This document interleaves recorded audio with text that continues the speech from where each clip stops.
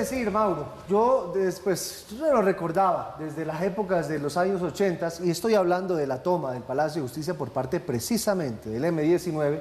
Yo no recordaba que sucediera algo así en el Palacio de Justicia.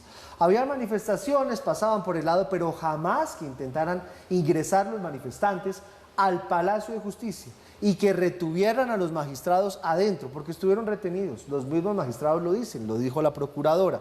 El presidente ordena a la policía para que vaya y despeje, y dice el presidente que él blinda a la justicia para que tome sus decisiones. Pero por otro lado, los manifestantes, los que acompañan al presidente, los que lo respaldan, como FECODE y como la CUT, que yo no sé qué responsabilidad tenga FECODE y la CUT porque se les salió de control, pues hacen lo que hacen. No, y además en el marco de toda esta situación que se generó hoy, pues queda esta reacción muy fuerte, no daba para menos, de la Corte Suprema de Justicia, porque lo que dice su presidente es que la democracia queda en vilo cuando se dan estas presiones. Esa frase de la democracia queda en vilo es bastante fuerte, y que le exigen al gobierno garantías necesarias para el ejercicio de sus competencias sin violencia y sin hostigamiento. Y esto sale mal, Mauricio, para el gobierno. ¿Sabe por qué? Porque lo dice ahí, exige garantías, y luego la presidenta de la Corte Constitucional dice: estos insultos y estas presiones retrasan las decisiones. Entonces lo que hicieron fue retrasar la decisión de la nueva fiscal, si es que viene esta terna. Adenda, las dos sacaron notas bajitas, ganó el voto en blanco, y por tercera vez en votaciones la Corte le dice al presidente: no me convence la terna. Sí, yo creo que vale la pena pintar dos líneas para rayar la cancha. La primera de ellas es: la Corte se puede tomar el tiempo que sea necesario para elegir una nueva fiscal. La terna es toda de mujeres, por lo tanto la nueva fiscal será una mujer. Se puede tomar el tiempo que quiera porque así lo dice la normatividad, y sobre todo porque para elegir la nueva fiscal se necesita una mayoría de 16 sobre 23 magistrados de la Corte. Mientras no se logren esos 16 que establece la ley, pues no se elige la nueva fiscal. Es interesante además que sean 16 de 23. Esto es un cuerpo colegiado, esto no es una figura, no es una persona que uno pueda sacar y decir que este es, y una ficha y qué sé yo. Es un cuerpo colegiado que está ejerciendo funciones constitucionales y que está además haciendo y buscando que se le preserve y se le garantice la autonomía de la rama judicial. Ese es el segundo elemento clave. En Colombia, en el sistema democrático, existe independencia de las tres ramas del poder y autonomía, por lo tanto, de la rama judicial frente a la rama ejecutiva y, por supuesto, también frente a la rama legislativa.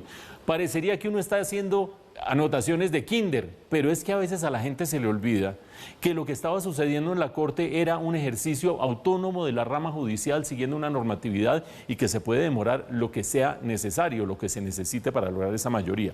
Vienen las presiones populares. Entonces, esas presiones populares, la gente inmediatamente se pregunta: ¿tiene sentido endilgárselas al pacto histórico? ¿Tiene sentido endilgárselas al presidente de la República? ¿A quién se le pueden endilgar? Y quiero recordar las dos últimas intervenciones que ha hecho por escrito, como las suele hacer en su cuenta de X, el presidente de la República, referida a esto que él ha denominado la ruptura institucional.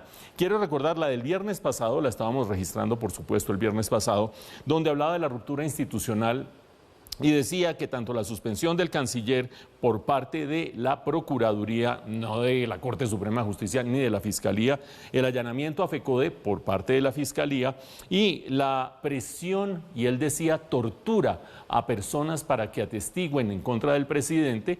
No se volvió a saber de la presunción de tortura. Esos elementos estaban atentando contra la institucionalidad. Y terminaba su mensaje diciendo: llegó el momento de la expresión popular. 5 párrafos, 6 párrafos, y el último: llegó el momento de la expresión popular. Vean ustedes las imágenes. Es difícil no conectar un llamado del presidente a sus bases, a que se exprese, a que salga, etcétera, etcétera, con estos hechos. Pero la segunda, después de la reunión que hubo hace apenas 3 días entre el presidente de la Corte Suprema de Justicia, el doctor Gerson Chaverra, y el presidente y otro par de personas, por supuesto, el presidente de la Corte Suprema de Justicia salió más o menos tranquilo diciendo: bueno, aquí vinimos a decir que hay que respetar la autonomía de la rama judicial, la autonomía de la Corte Suprema de Justicia.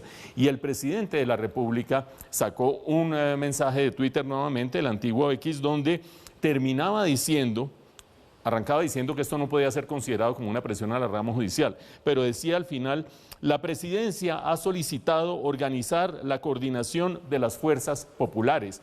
Es muy difícil que a estas alturas alguien diga que no tiene que ver, no sé si ese hecho de tener gente enardecida, estos energúmenos tratando de entrar a la Corte Suprema de Justicia, pero por lo menos sí la presión que se denominó en un caso la expresión popular por parte del presidente y en otro las fuerzas populares, llamar a la coordinación y organización de las fuerzas populares, es muy difícil deslindarlo, esos dos mensajes en menos de una semana con lo que ha sucedido el día de hoy.